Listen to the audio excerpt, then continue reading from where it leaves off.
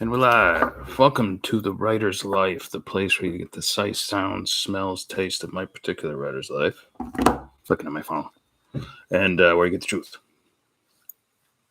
I gotta shave. Subscribe if you haven't already. Like millions of people are lining up to do. And punch the like button and hit that bell for notifications so that you don't miss out on one exciting video. Trust yourself. That's what the thumbnail says, anyway. I've seen it happen many times. Too many writers don't trust their voice, and they don't trust their style. They don't trust their storyline.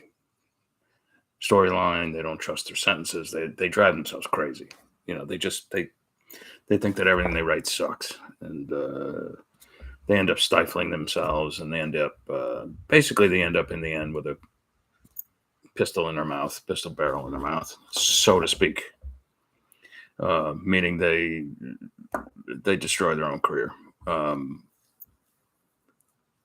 went through some of that maybe 20 years ago when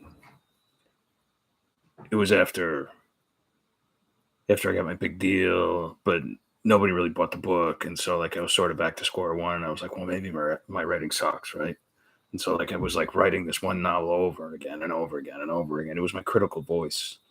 My critical voice had beaten the crap out of my creative voice. And when that happens, good things do not happen. Eventually, my creative voice got a pair of balls and beat the crap out of my critical voice. And I was back on track. And I was back getting publishing deals and writing faster and faster and faster and all good stuff, And so now it's like I've gotten to the point where, this week I think I wrote 13 or 14,000, more than that, close to 15,000 words of fiction. I'm working on 2 different books, and I started a short story. I'm not really, I kind of put the short story aside just a little bit because between freelancing and writing 2 novels at once, that's kind of a lot for me, but some people can do more.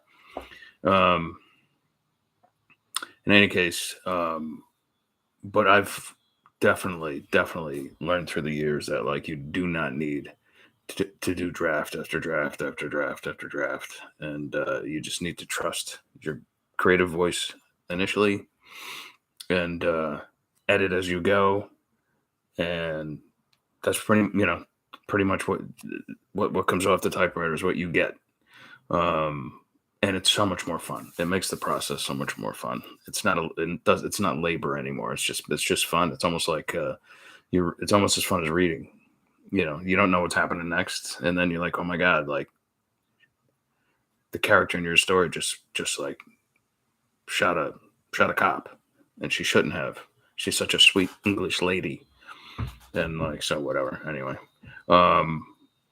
just all these little surprises happen, and so when you go with your creative voice and completely shut out the critical voice for now, all these surprises happen, and it's so much fun. I can't tell you.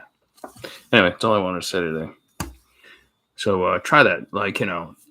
Definitely bring in the critical voice when you need it, when you're editing. But until that time comes, just go with the creative voice. Just ignore the critical voice at all costs. All right. I will catch you guys hopefully tomorrow. And ciao, ciao.